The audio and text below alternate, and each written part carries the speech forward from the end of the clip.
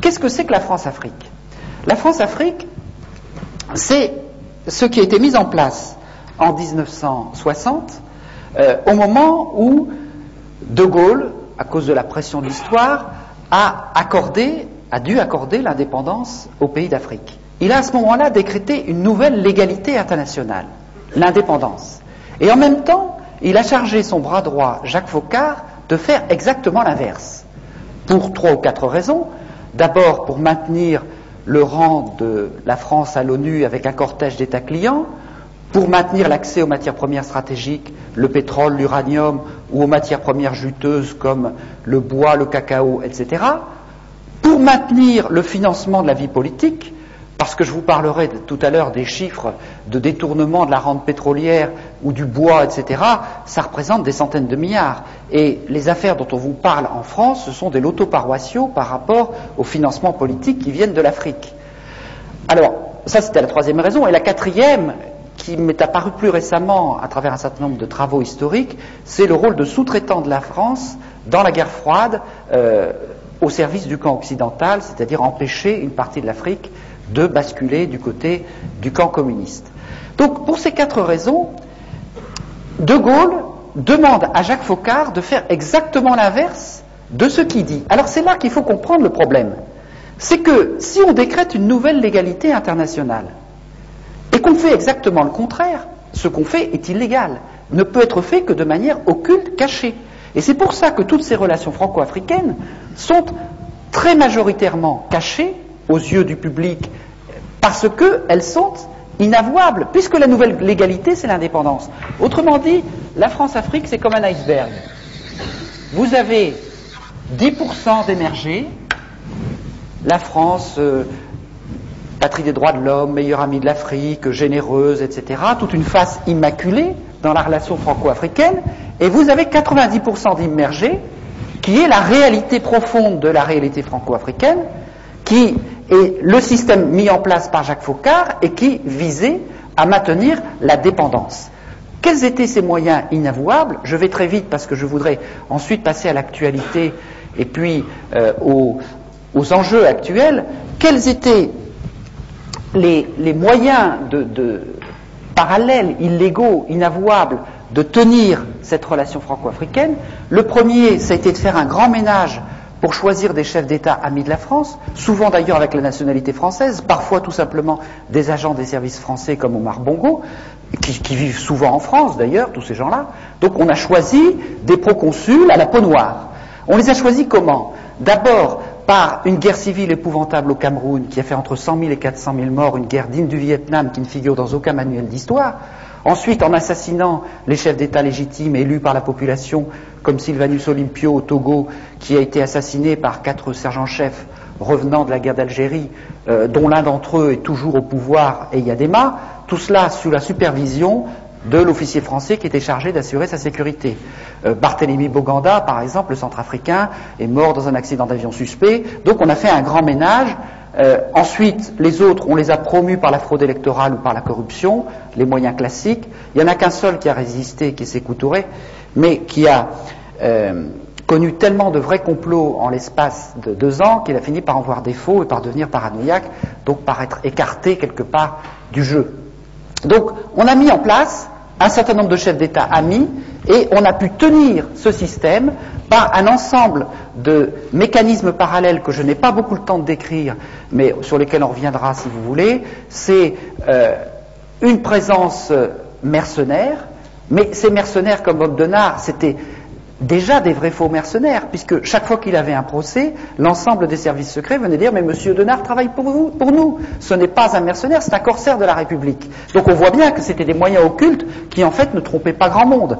Mais il y a d'autres moyens beaucoup plus subtils, beaucoup plus forts, c'est les entreprises faunées des services secrets français, notamment Elf, dont le Floch Prigent, l'ancien PDG, nous explique simplement que Elf c'était le faux-nez des services secrets français, c'est-à-dire que les dizaines, les centaines de milliards prélevés sur le pétrole, entre le prix d'achat très, très faible et le prix de vente, et aussi avec les quantités de cargaisons non déclarées.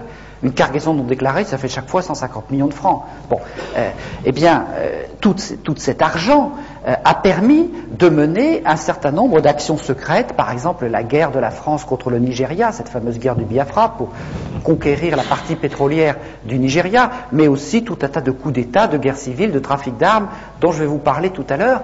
Et tout cela a été alimenté par un certain nombre de circuits financiers parallèles, par les surfacturations des gros chantiers, par un certain nombre de petites entreprises de sécurité dans l'environnement pétrolier qui faisaient payer 3 fois leurs prestations et qui étaient dirigées par des gens comme Denard. Donc la différence servait à leurs bonnes œuvres. Ou bien les missions de coopération, nous en avons eu la preuve, avaient des petites sociétés barbouzardes qui leur facturaient 3 fois le prix pour se mettre de côté la différence et puis pouvoir mener leurs actions parallèles. Donc on a mis tout un tas de mécanismes qui permettaient de pomper le fric, si vous voulez, des pompes à fric, qui permettaient de tirer une bonne partie de la substance de la rente des ressources africaines et de l'extraire, notamment grâce au franc CFA. On vous dit toujours le franc CFA, c'est un cadeau fait à l'Afrique. Le franc CFA, ça veut dire colonie française d'Afrique, je vous rappelle. Bon. Le franc CFA, étant donné que c'est un franc convertible, ça permettait de manière très simple que quand on faisait un don ou un frais à l'Afrique, eh bien l'avion repartait aussi vite de Yaoundé ou de Lomé pour aller en Suisse, et là les billets neufs, grâce à la convertibilité du franc CFA, étaient transformés en devises et partagés entre le décideur français et le responsable africain.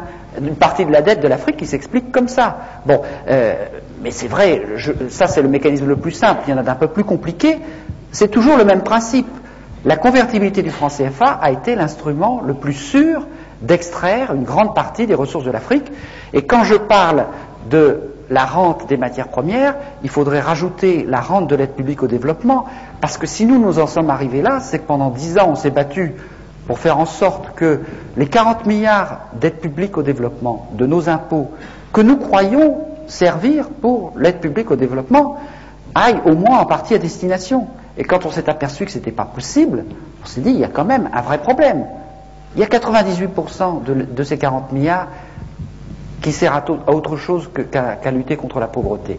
Il y en a la moitié qui est détournée, une autre moitié qui sert des objectifs de prestige ou de politique d'influence, et il y en a à peine 2% qui sert à lutter contre la faim ou les problèmes de pauvreté. Nous avons fait une statistique qui montre que quand vous comparez l'aide publique française par habitant avec la richesse d'exportation des pays, eh bien plus le pays est riche, plus il est aidé.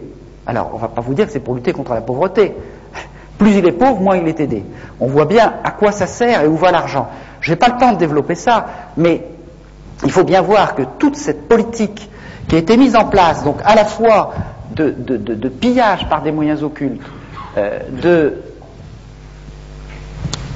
présence barbouzarde. Alors chaque chef d'État avait à côté de lui un officier de la DGSE qui était chargé de veiller à la sécurité de ce chef d'État, ou le débarquer du jour au lendemain quand il avait cessé de plaire.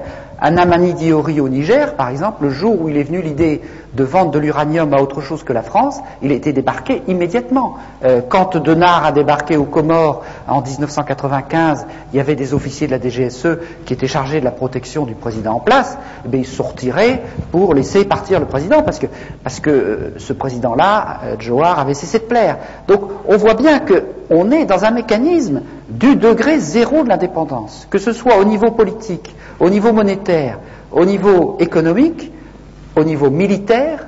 Là non plus, j'ai pas le temps de développer, mais tous les généraux, les officiers sont formés en France, recrutés, n'ont une carrière rapide que ceux qui entrent dans les cercles d'initiés, et ces généraux deviennent assez souvent d'ailleurs chefs d'État et sont dans un copinage permanent avec les réseaux militaires de la France-Afrique. Donc on est dans un mécanisme de captation de la dépendance totale. Pour vous donner un dernier exemple, qui est le plus caricatural, enfin peut-être pas, mais le plus actuel, c'est ce qui se passe au niveau des élections depuis 1990. Parce que, vous comprenez, dans la mesure où on met ici en place des chefs d'État amis, et on leur dit, enrichissez-vous, confondez l'argent public et l'argent privé, donnez l'exemple de la corruption. Dans la mesure où on dit ça à ces gens-là, on comprend bien que le développement, il n'a pas été très loin. Si vous passez du service public qui restait un tout petit peu au moment des indépendances au self-service public généralisé, si vous avez cette corruption qui monte, en plus la baisse du cours des matières premières, et puis ensuite, je vous expliquerai le scandale de la dette, vous voyez bien que ces dirigeants, quand est arrivée en 1990 une incroyable poussée démocratique en Afrique, ils ne pouvaient pas dire au peuple « élisez-moi parce que je vais faire le bien et le développement du peuple ».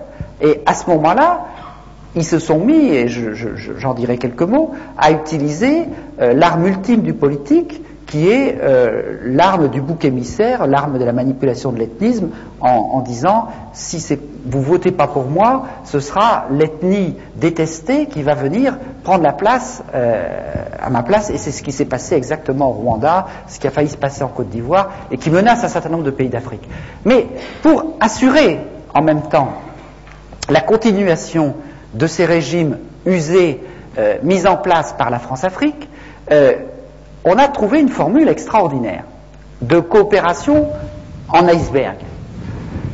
Mitterrand a déclaré en 1990 « Vive la démocratie en Afrique », je résume, on va vous aider, on va vous fournir des urnes transparentes, des bulletins, pour que le peuple puisse élire ses dirigeants. Alors les gens se sont mobilisés de manière incroyable autour des urnes pour empêcher qu'on les bourre jour et nuit. Ils ont voté à 70-80% pour chasser le dictateur. Et puis, en même temps qu'on faisait cette coopération à ce niveau-là, on envoyait dans la capitale, auprès des ordinateurs chargés de centraliser les résultats, des coopérants très spéciaux issus des réseaux Pasqua ou de la mairie de Paris, où en fraude électorale on est relativement adroit, et avec des logiciels un peu spéciaux, on faisait en sorte que les 80% de votes contre le tyran se transforment en 80% de votes pour le tyran, ou en 52% s'il était modeste. Donc, et cela, ça s'est passé dans 50 élections majeures en Afrique au sud du Sahara. Il n'y a eu que 2 ou 3 exceptions au début, quand la France-Afrique a été prise par surprise au Bénin, au Congo-Brazzaville, etc. Et puis, 2 ou 3 à la fin, quand des peuples ont trouvé la parade. Au Niger, par exemple, il y avait un dictateur installé par Focard, il a été renversé, la France a hurlé à l'interruption du processus démocratique, n'est-ce pas, puisque le dictateur a été renversé. Et donc, les officiers qui avaient renversé le dictateur ont organisé des élections tout seuls, et ça a été les élections les plus incontestées d'Afrique depuis 40 ans. Bon, au Sénégal, où il y avait un régime ultra corrompu, ils ont trouvé la parade en jumelant les téléphones portables et les radios locales, ce qui fait qu'ils ont annoncé en direct les résultats, court-circuitant les manœuvres qui se passaient à ce niveau-là avec les réseaux france-africains.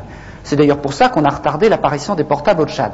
Bon, donc on a mis en place un tas de systèmes qui permettaient, et c'est le cas, je ne vais pas vous détailler toutes ces élections, mais ceux qui connaissent un peu l'Afrique le savent, ça a été le cas au Cameroun, au Gabon, au Togo, à Djibouti, en Mauritanie, encore récemment au Bénin, et c'est ce qui est en train de se jouer à Madagascar, où il se passe des choses absolument extraordinaires ou monumentales, où il y a un mouvement depuis 3 ou 4 mois pour affirmer la légitimité d'une élection contre une pseudo-légalité d'une commission constitutionnelle totalement bidon, et si le peuple de Madagascar gagne, c'est quelque chose de très important pour l'Afrique parce que ça va donner des tas d'idées à beaucoup de gens. Donc je vous invite vraiment à soutenir le combat du peuple malgache parce que c'est un combat absolument décisif pour l'Afrique. Parce que c'est un combat pour essayer de vaincre cette fatalité imposée de l'extérieur, et vous observerez bien entendu que la France prétend qu'il faut défendre la légalité dans l'affaire. Bon. La France, pour ça, pourquoi ? Parce que Madagascar a des émeraudes, parce que Madagascar a un tas de choses qui passent toujours pour le financement des partis politiques.